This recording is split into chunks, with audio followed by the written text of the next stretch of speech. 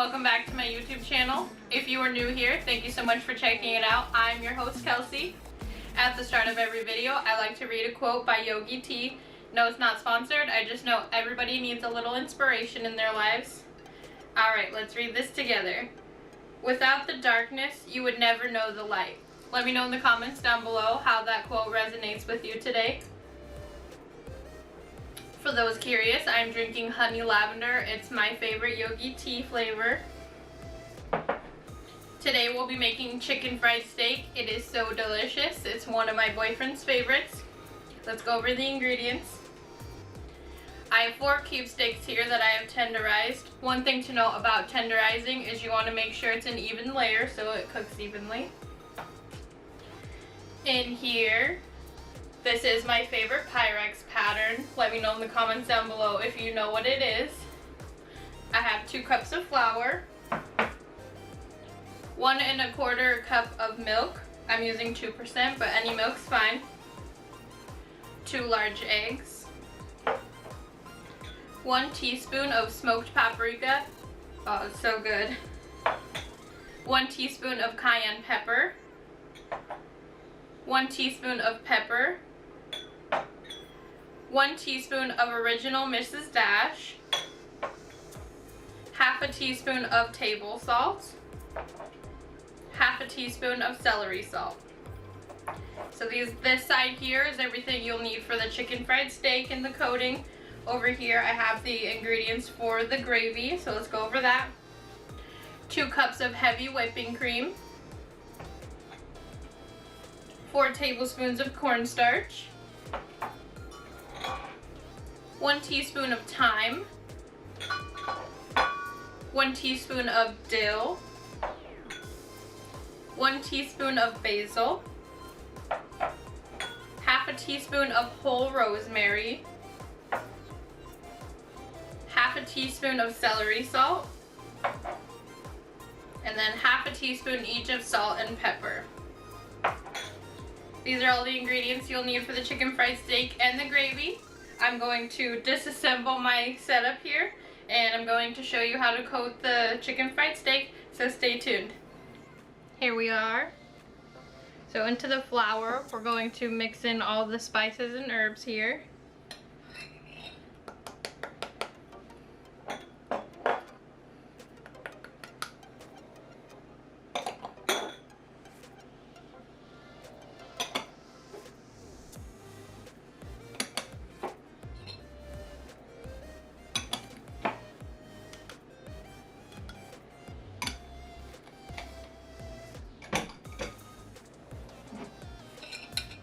Make sure to give this a really good mix so it spreads evenly throughout the flour.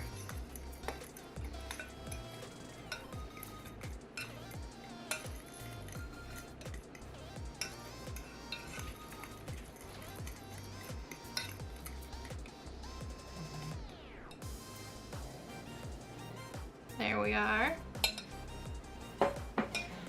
In this bowl here, we're going to whisk together the eggs and the milk.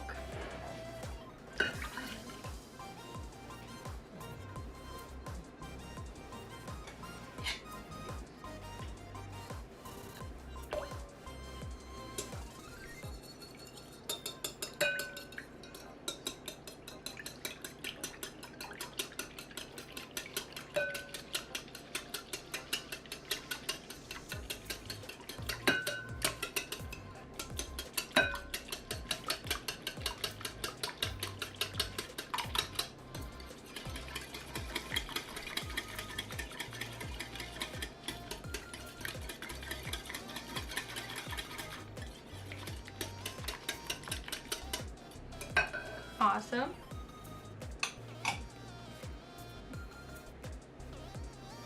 And then I have a clean plate here. Set that off to the side. Oops.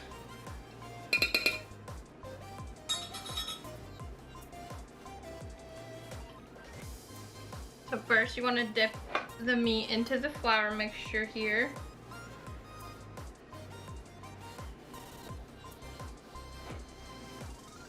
You can definitely sprinkle it on top and pack it on there. Shake it off.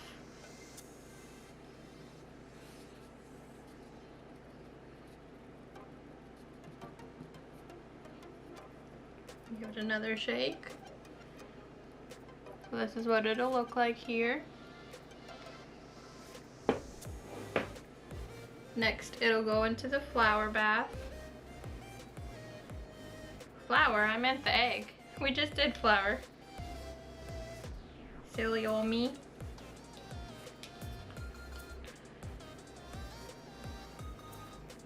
Let that drip off there a little bit.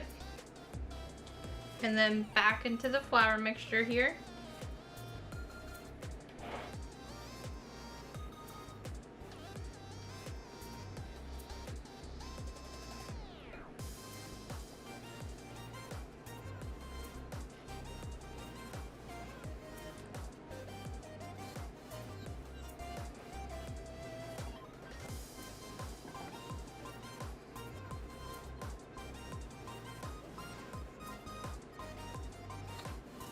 So this is what you'll end up with. Oh, it's raining up in here. Alright, we'll transfer that one to the clean plate over here. And then we will repeat the process for the remaining cube steaks here.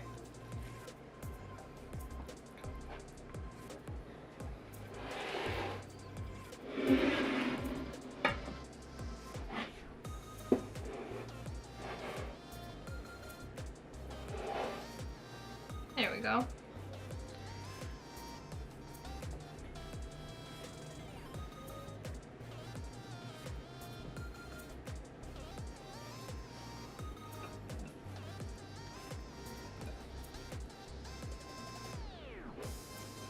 They always say have one dry hand and one wet hand.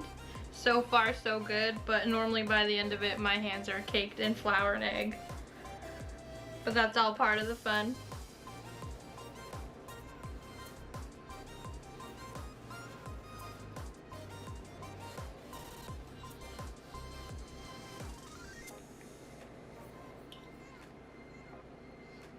That smoked paprika really adds a punch.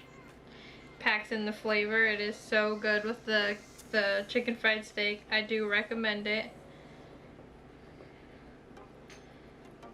But of course, use whatever spices you desire, because cooking should be fun, not stressful. Plus, you gotta like what you make too.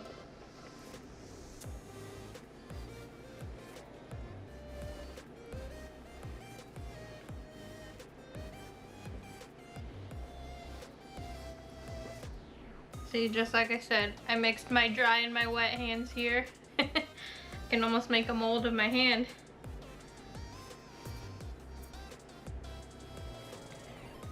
Looking beautiful there. Ooh, this one is a good one.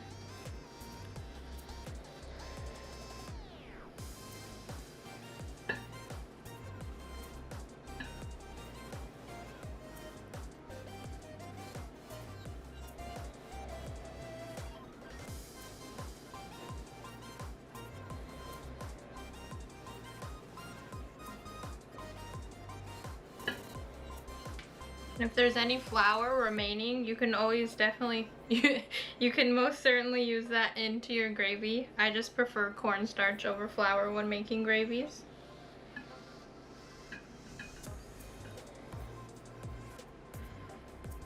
Hey, I remembered this time, my wet hand.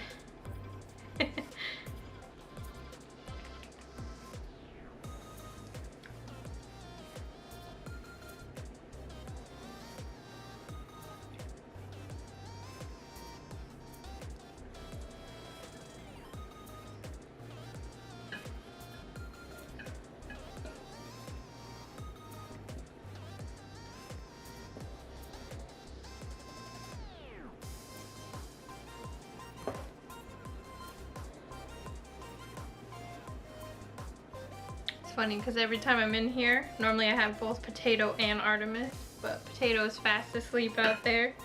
Artemis, however, she's doing a little sniffling.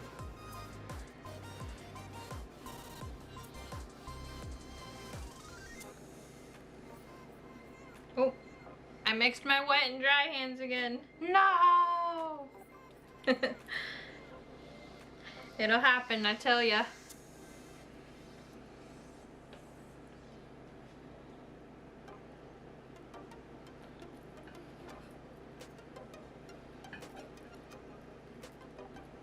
No going back.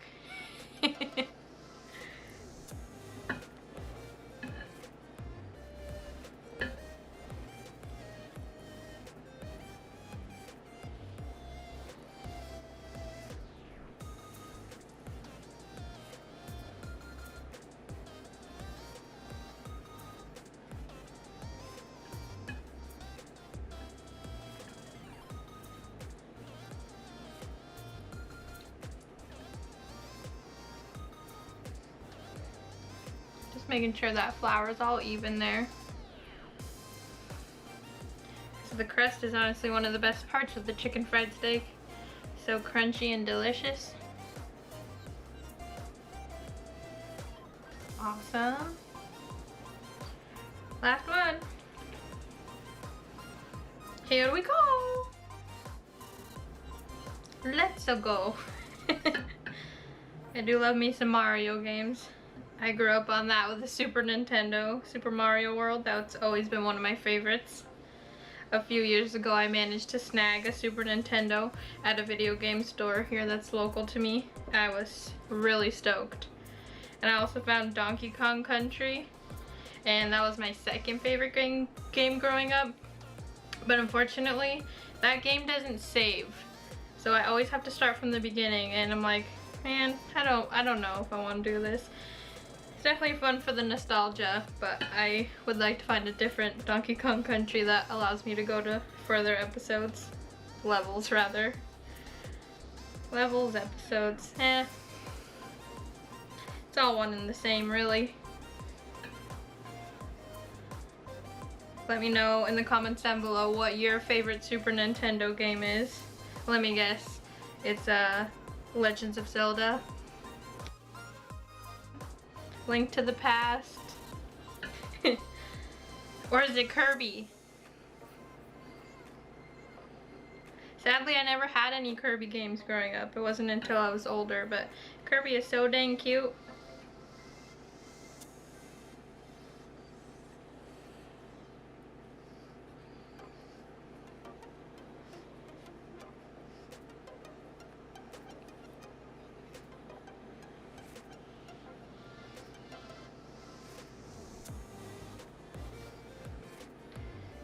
Beautiful.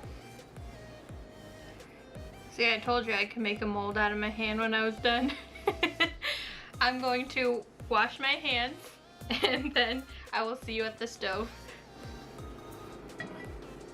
I'll be using this really deep cast iron pan here that was actually originally intended for chicken, so I felt it was only fitting. We will heat up the stove on a low heat. Ooh. Hot tamales.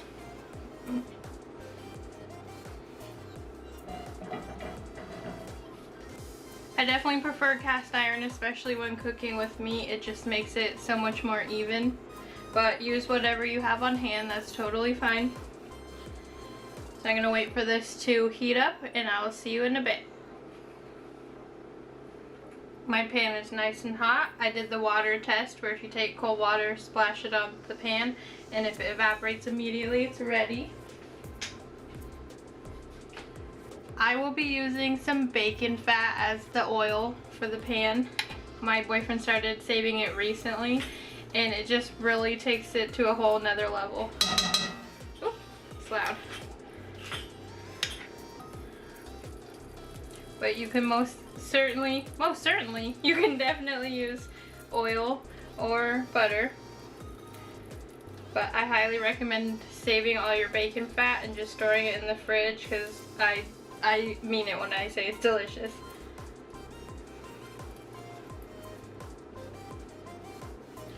Need a little bit more there.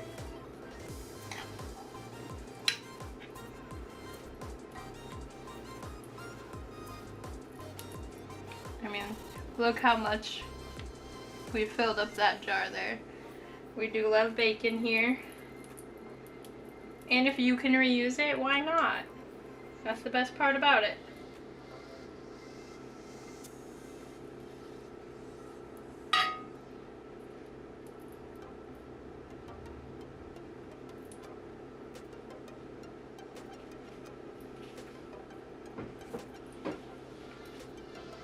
Just waiting for all this fat to melt down first before adding the steak.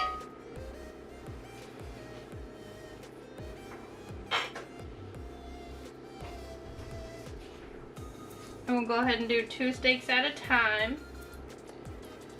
Oh.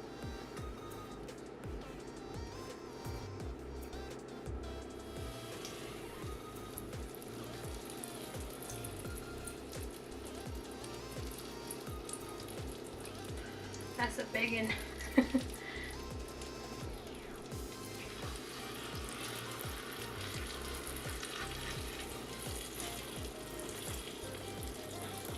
It's okay if they're touching there because they will shrink down a bit as they cook.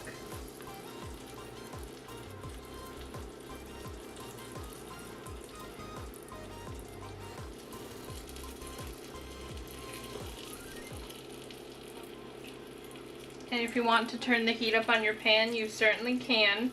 I just like the low and slow method here.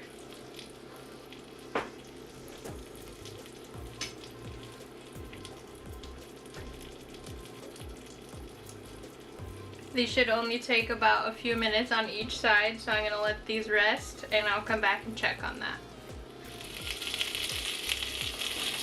It's been about 4 minutes, so let's give it a little look-see. And one way to tell if they're ready to flip is if the edges start to get golden brown.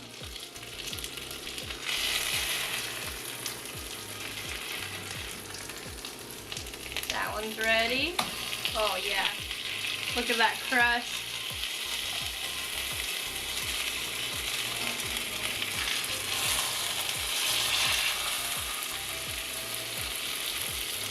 The bigger one here will probably need another couple of minutes or so.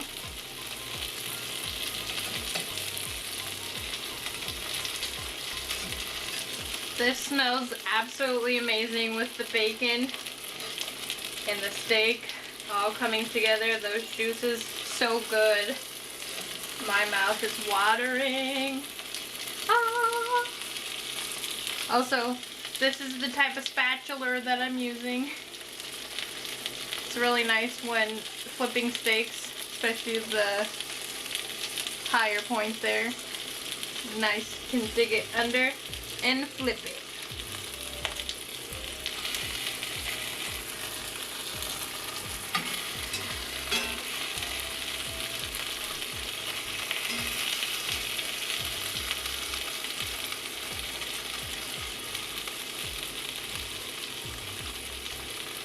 And come back in a couple of minutes to check on this big guy and we'll go from there.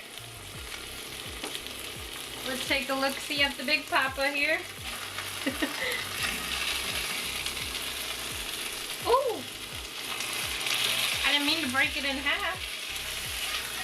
That's fine. It'll still be delicious. Oh! That one's got such a good crust on it. And let's check the internal temperature of the tauntaun. Just kidding. Of this steak here. It should be 145, and then it's ready to come off the heat.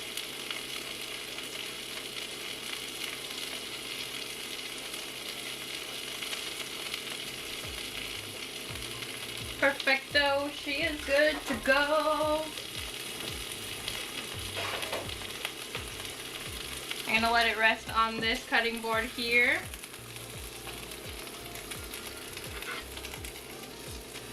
And I always like to cover it with a lid to lock in that moisture there.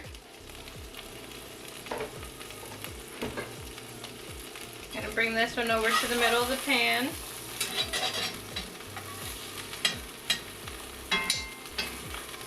Make sure you save all these crunchy bits that fall off because that'll go into the gravy.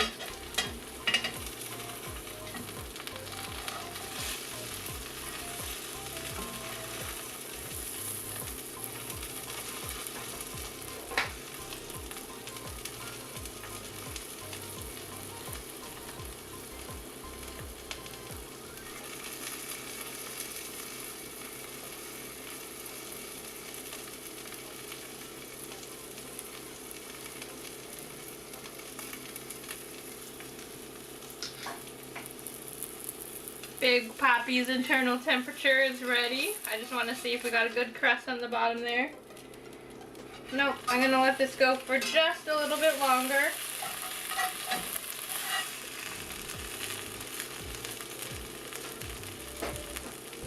I'm going to add a little bit more of the bacon fat here.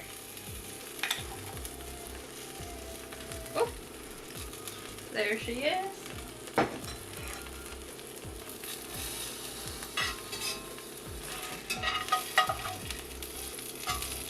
I want to get the fat right under where the steak's going to sit there.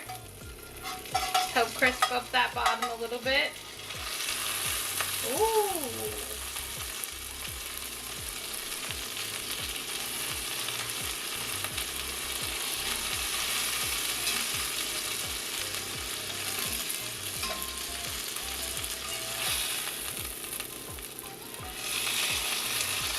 Looking good.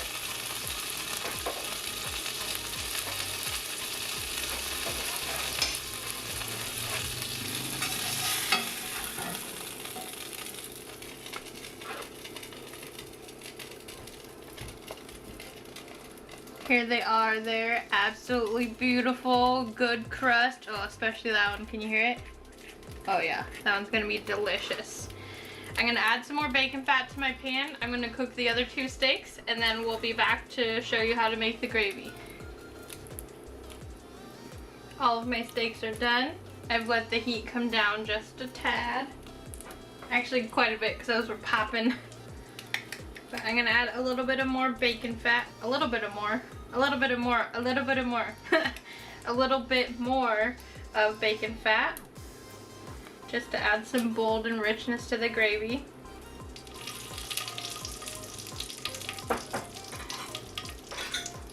If you want to drain your fat and not combine it with the gravy, that's totally your decision. But the fat is actually where you get most of your flavor from gravy.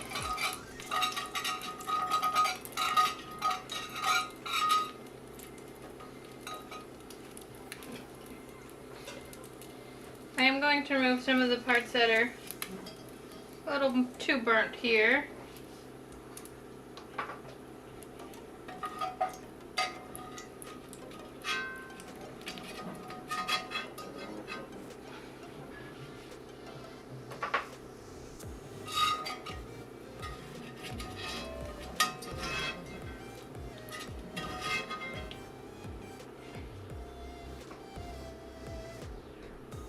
But I am going to keep the rest because it adds flavor. To this, we're going to add our cornstarch.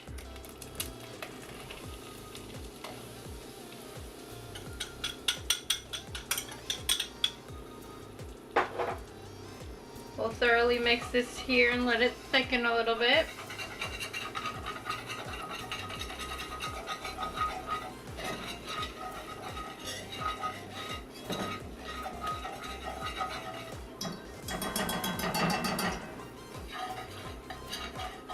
There's not enough fat, not enough of the bacon fat for this to bind to. That's totally fine. I'm gonna add in my heavy whipping cream.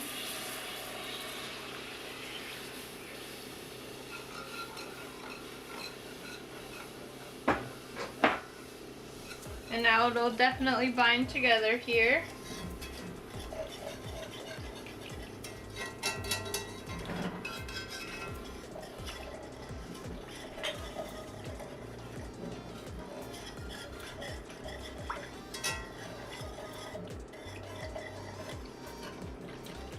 The key to gravy is to constantly stir, otherwise it does burn.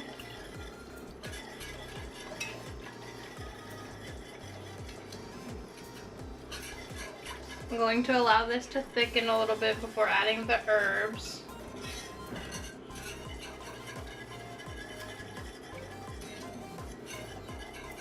And again, note from earlier, if you're using the flour mixture, you don't necessarily have to add in the herbs that I'm doing, but since I didn't use any of that flour mixture that I used to coat the steak in, I like to make my own.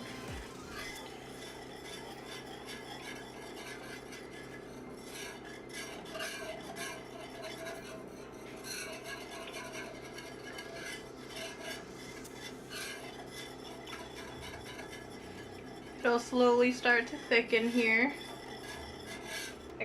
I can already feel it.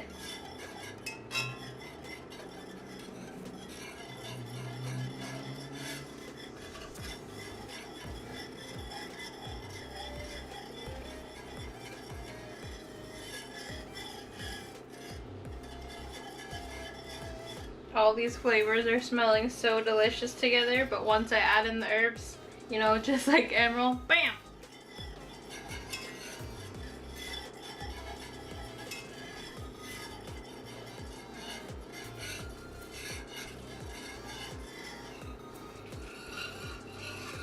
It's starting to thicken a bit, so I'm gonna add in all the herbs and spices here.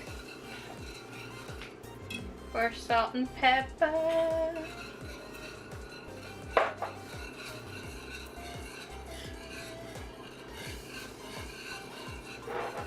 Next, celery salt.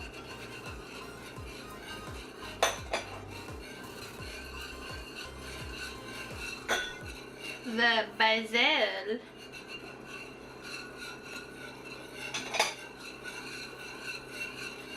Must go faster.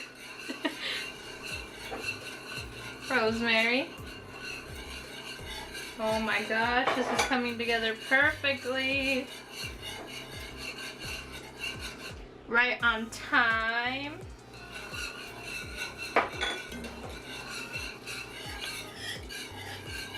And last but not least, my favorite herb, dill. Dill pickles.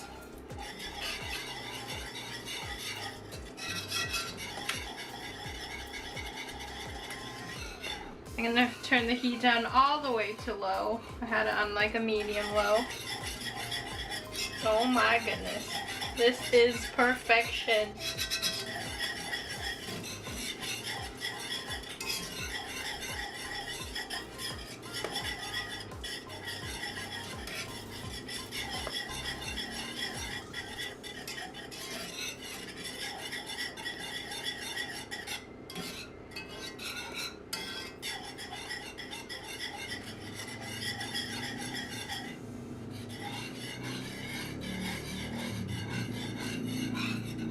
You can definitely leave this on its own, or you can add it back in the steak for added flavor.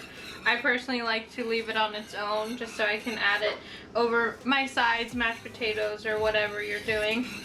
Which I will definitely be doing mashed potatoes with this. Plus I like to have the chicken steak, or chicken fried steak flavor on its own with just a tad of gravy over top. But you know, whatever your preference is here. I'm gonna remove the heat. This is done. Or turn off the heat and then remove it from the heat.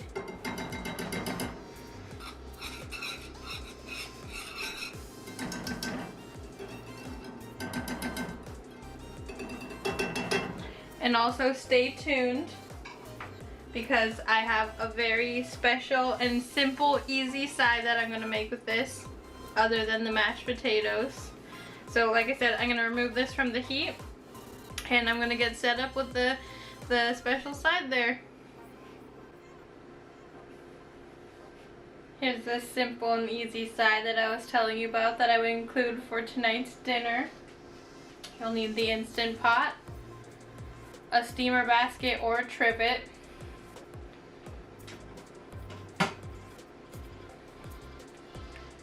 corn on the cob, so good. Just pop that in there. I like two laying this way and two laying that way, if that makes sense.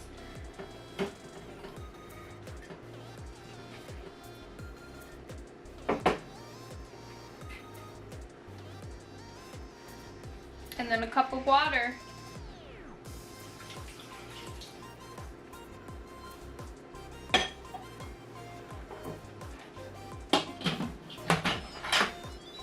And this will go on manual for 2 minutes.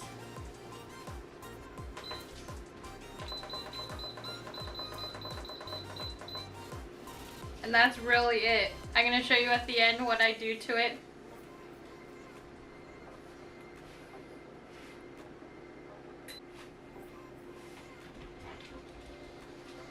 Dun, dun, dun, dun, dun, dun, dun, dun, dun, dun, dun, dun, dun, dun. Oh my goodness. This looks amazing. I'm very excited. I've been excited through this whole filming process. As previously mentioned, I made mashed potatoes with it. And no, these carrots are not the secret that I had for you in today's video. If you are interested in these carrots here, I do have a video on those. I will leave them in the description box down below. This was the little secret side I put in there. Something I forgot to mention when I was making this little snippet is as soon as the Instant Pot is done, you'll do a quick release. And also, as previously mentioned, I said that I would show you what I did with it. I just slathered it in butter, pepper, and garlic salt. Delicious. These carrots here are my honey brown sugar glazed carrots. Delectable.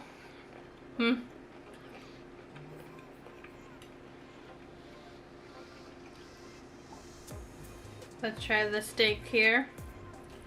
Dipping it in the gravy. Oh my gosh.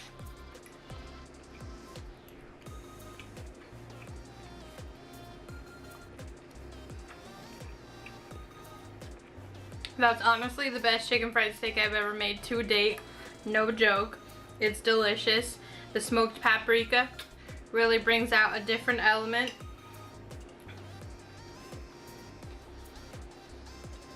If you thought this meal was delicious, please give it a like. And if you've made yourself at home, you've taken a seat at my table, please feel free to hit that subscribe button. I would really appreciate it. Until next time.